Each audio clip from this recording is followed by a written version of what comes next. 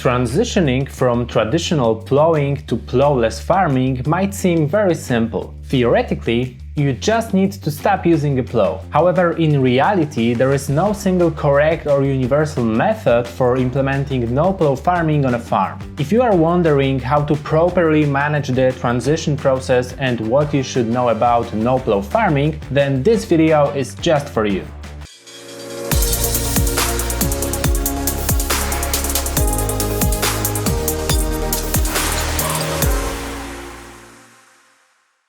Many farmers impressed by the benefits of no-plow farming imagine it as follows. I give up the plow and start using a cultivator or a disc harrow. Costs drop, yields increase, and all problems are generally solved. Unfortunately, it doesn't work that way. Using a plow has the advantage that the farmer starts from scratch every season because, as Professor Tomasz Piechota stated, deep plowing covers our mistakes. No-plow farming requires more detailed planning and is not simple, especially at the beginning. Negative or positive results are influenced by a series of various consecutive factors. Unfortunately, many farmers have made many mistakes along the way, resulting in unsatisfactory no-plow farming outcomes. So, how do you avoid mistakes? Implement crop rotation. The most important element of no-plow farming is crop rotation on the field. The more diverse the rotation, the better.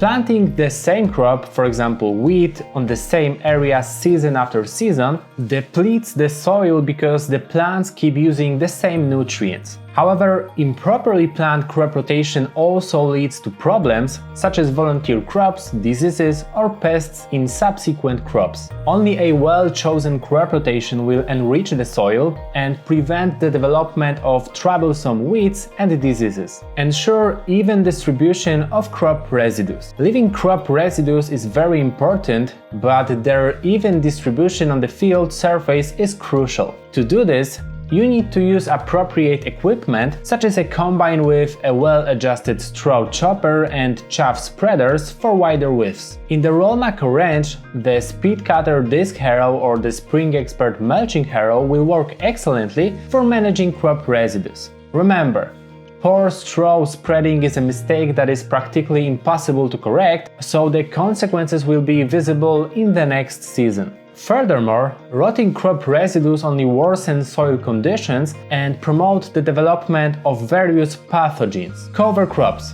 an important step in no-plow farming. Another important element of plowless farming is cover crops. Plants used as cover crops have the ability to mobilize certain nutrients in the soil that are otherwise not available to other plants. Cover crops also provide food for earthworms and, through their activity, turn into valuable fertilizer. It also protects the soil from wind and water erosion, overly intensive growth of volunteers and weeds, and often provides successor plants with easily absorbable nitrogen. In turn, the roots of cover crops positively affect this part of the soil, invisible to the naked eye, and significantly improve its structure. How to cultivate plants without a plow. Cultivate as deeply as necessary and as little as possible. This is a principle well known to all farmers. Volunteers need ultra-shallow cultivation to germinate, literally even 5-7 centimeters, for which equipment from Rolmako such as the speed cutter disc harrow is perfect, the combo till cultivation combination or the spring expert mulching harrow. However, eliminating plow pan may require subsoiling,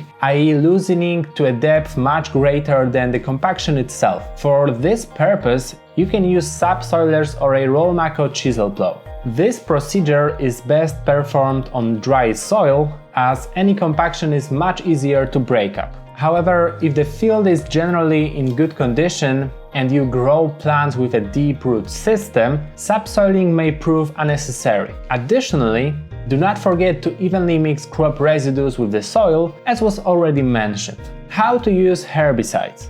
Wisely. It turns out that some herbicides used in no-plow farming can have a negative impact on successive crops. This is particularly important when beets, corn, or legumes appear in the field after cereals, as well as during drought and reseeding of winter cereals that have frozen out. Watch out for volunteers and weeds. Timely distraction of volunteers and weeds is necessary, as they can greatly harm no-plow crops. The better they grow, the more water they use, which can then be lacking for the crops. Moreover, volunteers and weeds contribute to the development of diseases and pests in successive crops. Sometimes farmers treat them as cover crops. However, weeds that survive post-harvest cultivation or spring tillage will enter a developmental phase where their chemical control will be difficult. And that's a big problem in crops. Farmers who have switched from plowing to no-plow farming recommend primarily careful observation of what is happening in the field. Not using a plow also requires deepening the knowledge about processes taking place in the soil.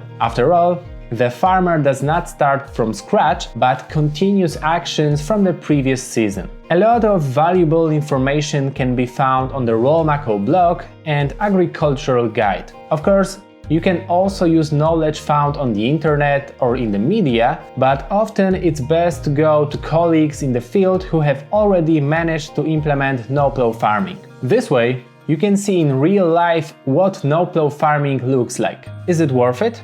Of course. The previously quoted Professor Tomasz Piechota added that plowing does not eliminate mistakes, it only covers them up. Its rejection is one of the important steps towards regenerative farming. Most soils where conventional farming has been practiced for years or even generations resemble a tired, overworked and weakened organism. There is still hope for its recovery, but action must be taken as soon as possible. Why does rational farming conserve the soil? After plowing, the soil is completely devoid of a protective layer, e.g. post-harvest residues, so it degrades under the influence of strong winds or heavy rains. Organic carbon oxidizes, reducing the amount of humus. Soil aggregates deteriorate. The lumpy structure decays. Furthermore, beneficial organisms, such as earthworms, end up on the surface of the soil after overturning in unfavorable conditions and simply die. We must also mention the high emissions of carbon dioxide in the atmosphere caused by fuel combustion and the oxidation of organic matter.